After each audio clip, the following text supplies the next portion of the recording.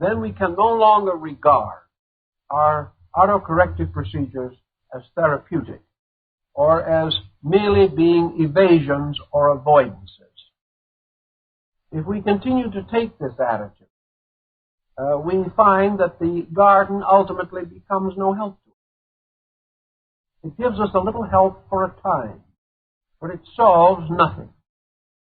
There is only one end by which the garden can really help permanently. And that is that gradually the therapy will change into a true and honest admiration and devotion. That the person, having been introduced to something that previously perhaps he had not considered, may, as he becomes more familiar with the subject, become personally aware of the value. Not value in terms of consequence, but value in terms of essence. That out of this new experience, there is something that makes him a better person. This is the experience that he must seek. And he must not seek it intentionally.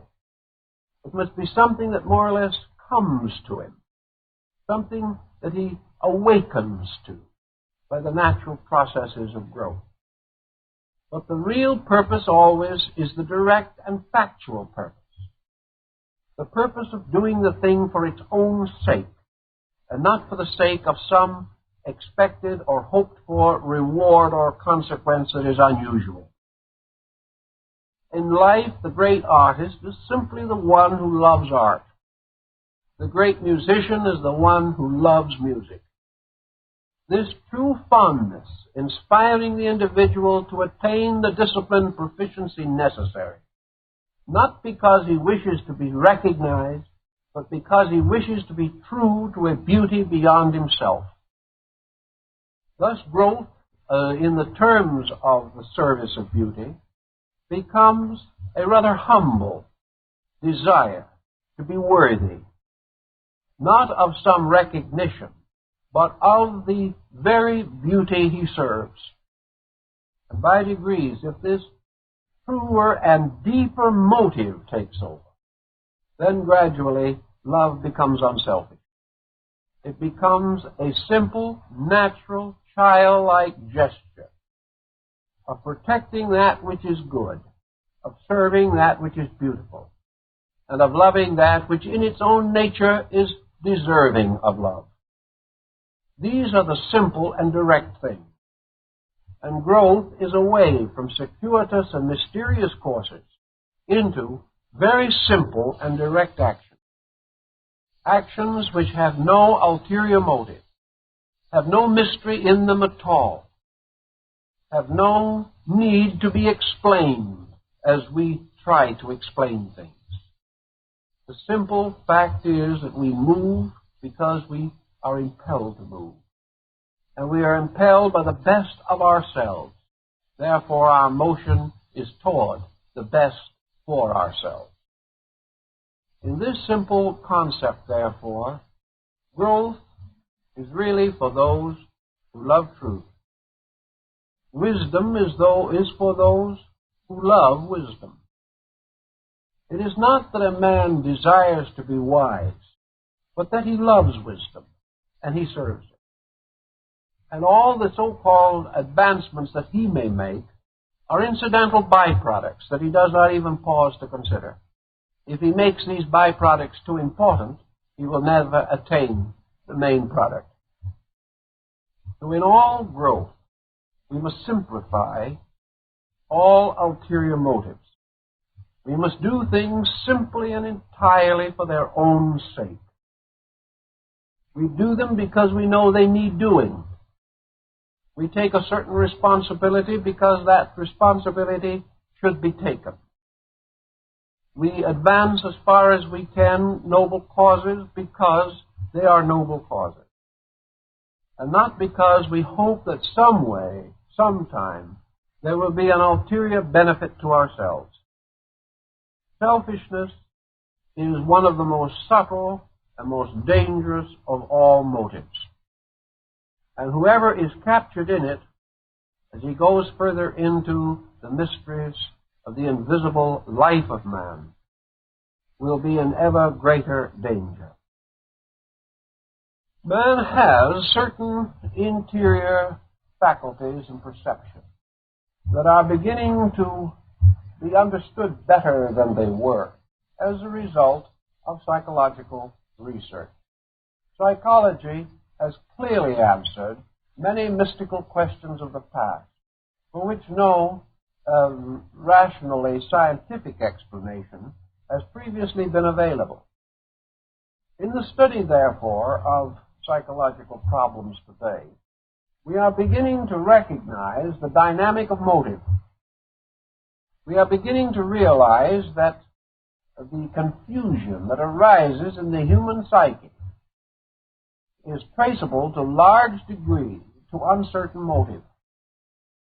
That where in the secretness of himself the individual is compromising his principle, or is selling out, or is trying to do good things for reasons that are not good, or is inconsistent with convictions which he holds to be valid and true, or in looking at himself cannot be reasonably satisfied with the consistency of his own action, that believing certain things he does those things.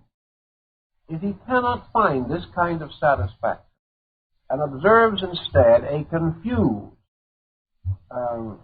interior nature, he will also be rapidly on the way to create these complexes and frustrations and neurotic symptoms which we now associate with psychological tension. If he goes on with this kind of a psychological inner life and gradually attempts to investigate or explore the rarefied dimensions of higher spiritual and mystical space, he is in serious danger of personal delusion. In fact, it is impossible for him to avoid it. He cannot judge the unknown except by means of his own internal resources. And if these resources have been compromised or corrupted, his judgment cannot be sound. And of course, we realize now that visions and trances and all kinds of mysterious circumstances, once regarded as almost entirely religious, are now known to be almost entirely intellectual emotional. Therefore, the vision cannot be trusted if the person who has it has no solid integrity in himself. The unbalanced, uncertain person cannot have a balanced and certain vision. The individual whose inner nature is not reasonably well integrated cannot have a purposeful and meaningful mystical experience. If he is not well balanced, what he calls a mystical experience is merely a kind of symbolic diagnosis of his own mistakes. In other words, what he terms his mystical experience is really a kind of testimony to what is wrong with him, instead of being the proof that he has now transcended all limitations of the flesh and is sailing off into some distant nirvanic region. It is perfectly possible for a psychotic experience, one which tells us that we are sick, to be, in its earlier stages, attractive. It is not necessary for us to have some horrible experience in order that we may be deluded. Delusion may be of many kinds, and as man's personal habits and interests and inclinations differ, so his symbolic reactions may take a variety of shapes and likeness. But essentially, the individual looking into the infinite must use the interior faculties that he has developed within his consciousness to see that which is not ordinarily visible. If he is internally poorly integrated, that which he sees can only be the shadow of his own imperfect vision. So that motive becomes exceedingly important. For wrong motive throws fantasy into the situation. It opens the person to spiritual hallucination. It makes it almost inevitable that any experience which seems to transcend the normal must be illusionary. Because if the person has not transcended certain limitations within himself, he cannot honestly experience beyond those limitations in a valid manner. What appears to be a great enlightenment imposed upon an uncertain virtue is really some form of psychological symbolism. The person to see, to know, to understand must have this tremendous directness, this simplicity and integrity of viewpoint.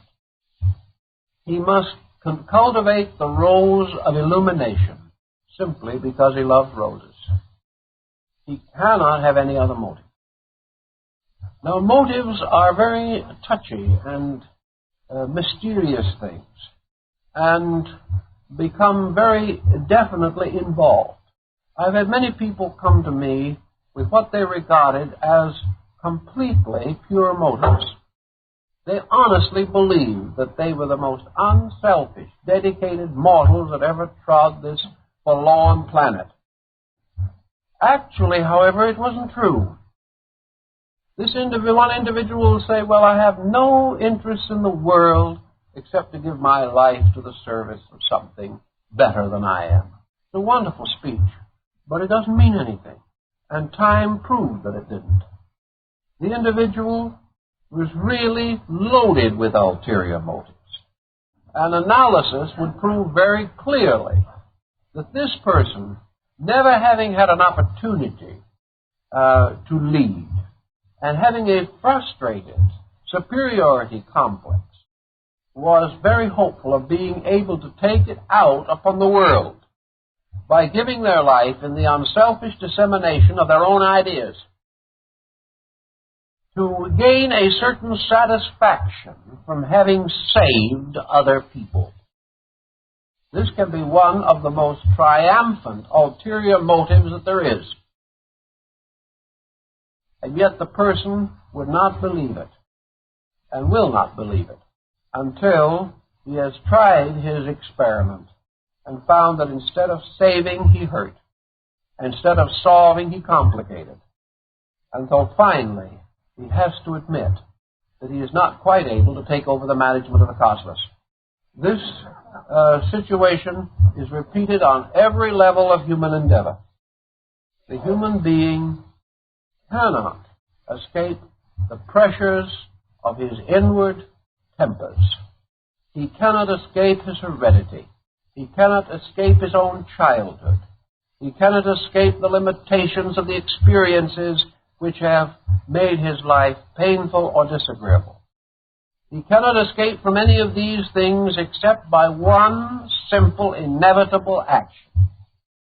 And that is the straight motion toward identity by the simple direction of serving that which is next. In other words, the person must become totally without self-motive. And it is only in this condition that universal motive can take over.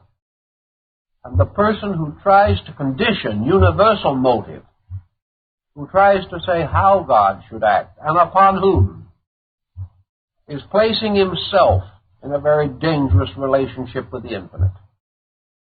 So that all these growth procedures have to be with complete, simple sincerity and directness. And the person must certainly, in the early stages of his questing, guard continuously against the intrusion of himself into the patterns which he is trying to build. If this self continues to intrude, he can never outgrow himself. He is locked within a kind of squirrel cage. He can spin the wheel continuously, but he gets nowhere. He can only escape by complete relaxation of self-purpose. Now, in our Western way of life, there are many experts that don't quite think that this is the way it ought to be done. They feel that the individual who loses a certain self-persuasive dynamic, who doesn't force his own way, is not going to get very far.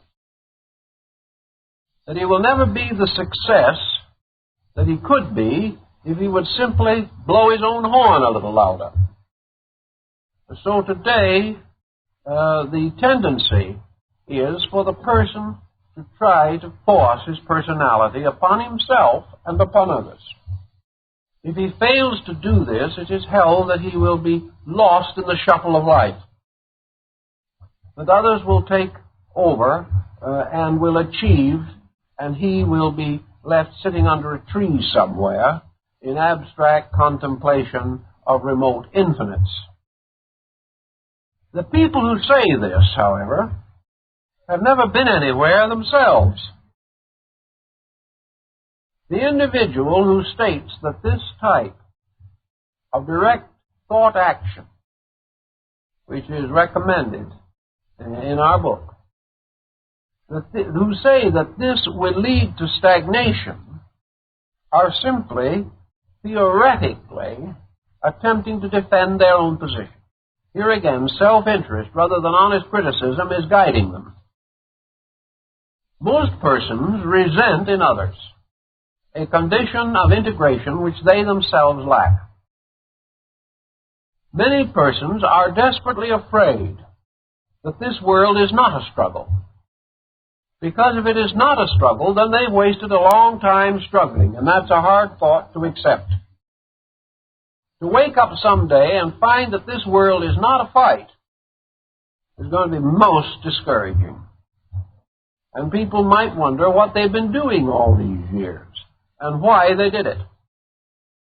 Actually, the type of aggressiveness with which we now associate the successful person, the type of attitude that the college professor recommends or the young business executive is indoctrinated with, these types of attitudes have actually never led anywhere. They have never accomplished anything beyond a certain immediate pressurefulness. Now, in the old days, you remember, when they used to have heavy, massive horses attached to great trucks, and these horses thundered along the cobblestone streets, drawing immense weights behind them. Sometimes these horses would reach a hill. They couldn't quite make the top of it. Then the driver with a whip beat them furiously for no good reason. The horses struggled. Sometimes they fell. Sometimes under the lash they made the top of the hill. This whipping, however, has only one essential end, the death of the horse. And the individual who tries to go over the hill by whipping himself, or using a psychology of whipping, ultimately defeats himself, because he is forcing a situation which cannot be maintained because it is essentially contrary to nature and natural law. Every so often in history, we come upon a person who has peculiarly exemplified the virtues to which we refer. This person is recognized, perhaps as among the greatest of all mortals. Certainly the tremendous integrity of the man who said, "Love thine enemies, and do good to them that despitefully use you." This man stands as perhaps one of the greatest human beings of all time. The successful, the rich, and the proud have all been forgotten. But he goes on, still stating simple truth, a simple and direct way of life. And men must suffer from their wars and their crimes and their miseries until they find out what he meant. and live accordingly. Therefore, it is a mistake to assume that the way of true life is a way of negation, or a way of uselessness, or a way of failure. It is not.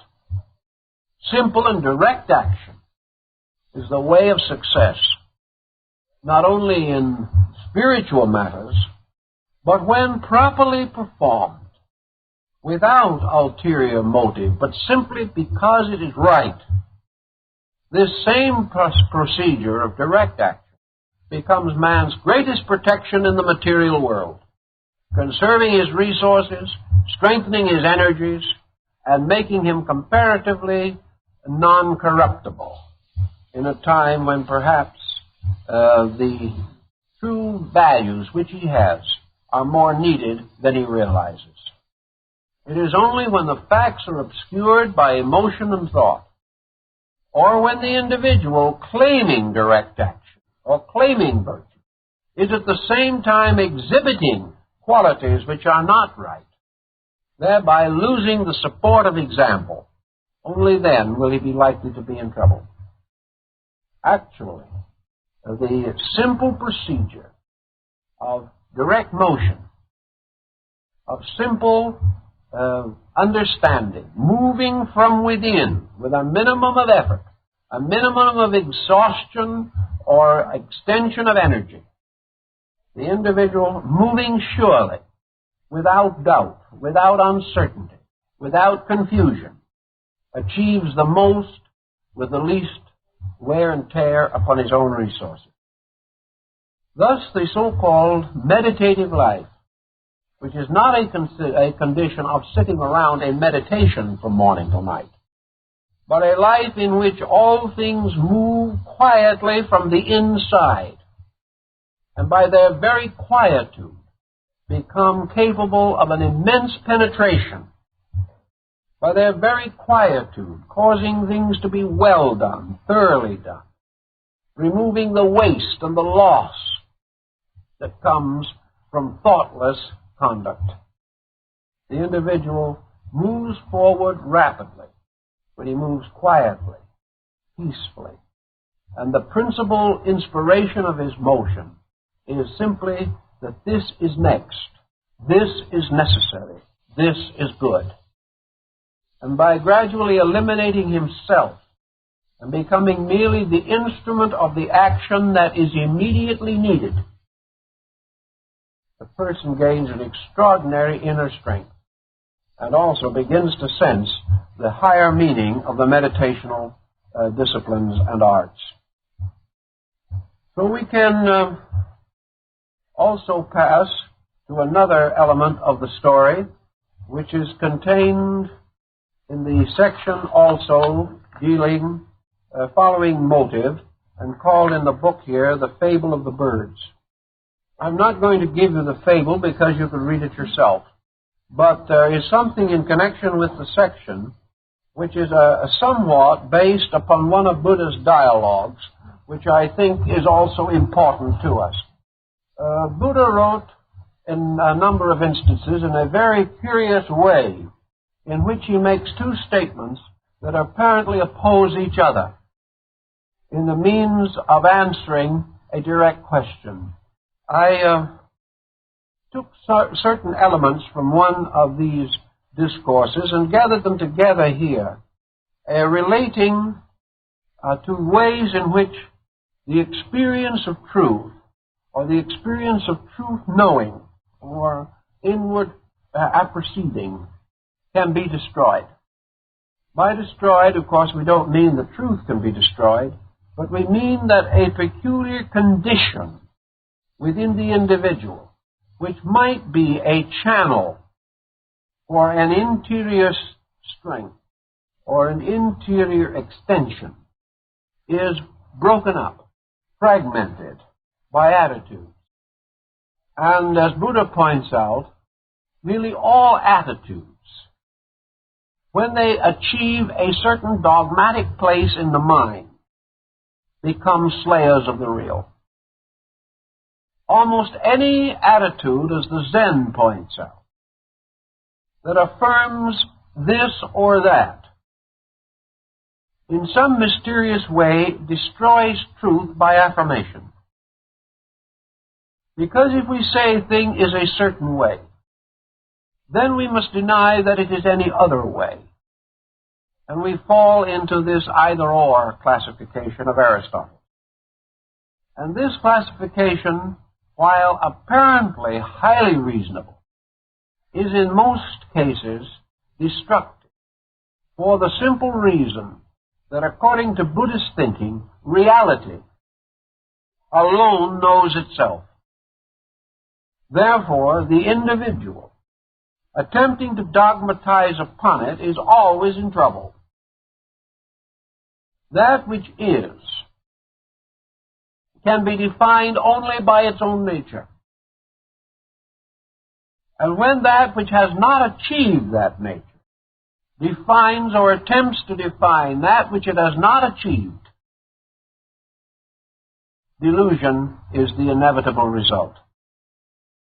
Now, delusion may be merely fooling oneself, or delusion may be the blocking of the avenues of the unaccepted.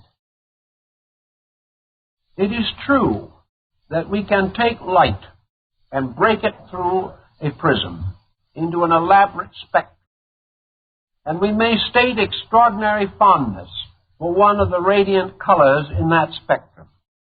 And we may take any one of those colors and say, this color is light, or this is the true color of light. But unless we are able to go beyond the spectrum and discover the one light from which all these colors come, we are not in true possession of the mystery of light or of color. Thus, we have to be extremely careful that we do not get into certain difficulties. And I have attempted to indicate these difficulties in a paragraph here, from which I will read a few lines and then we will discuss it. Student number 1 destroys truth by declaring that one must practice yoga to discover it. Student number 2 destroys truth by affirming that he can discover the real through the intensive study of chemistry. Student number 3 destroys truth by taking mathematics as the key to universal knowledge. Student number 4 destroys truth by maintaining that it can be discovered by the practice of the austerities. Student number 5 destroys truth by insisting that reality can be achieved through pilgrimage. Student number 6 destroys truth by declaring that understanding can be won through contact with holy relics. Student number 7 destroys truth by maintaining that it can be discovered in books. And student number 8 destroys truth by declaring that it cannot be discovered in books. Now, the point that Buddha tells us, of course, is this. Buddha says that man blocks himself by saying, by studying the teachings of the Buddha, I shall achieve nirvana. He's wrong. Another man says, by not studying the teachings of the Buddha, I shall achieve nirvana. He is wrong. The point that is underlying all of these things is not that mathematics won't help. Many great souls have gone far by mathematics, but the experience that they achieved was accidental to them. In other words, they had not cultivated mathematics for that purpose. But through the cultivation of mathematics for its own sake, they had discovered something. Therefore, it is not the study, but the affirmation of the relation of the study to the result that becomes the secret of the disaster. It is the person trusting his spiritual destiny to his own decision. He has no set idea of his own. He is to serve truth, not to define it. When he defines it, he defiles it. Therefore, he cannot say this road leads to it or that road leads to it. And this was the same burden that Jesus had against the Pharisees and the Sadducees. Namely, that they regarded themselves as peculiarly qualified in spiritual matters. And Jesus called them hypocrites. Because the individual who sets up his own standard denies the right of the universe to establish true standard. And of course, the universe fails to notice this slight indiscretion and continues to exercise its own standard. And the individual finds himself locked in conflict with reality instead of moving toward it. Reality is not to be discovered as the expected.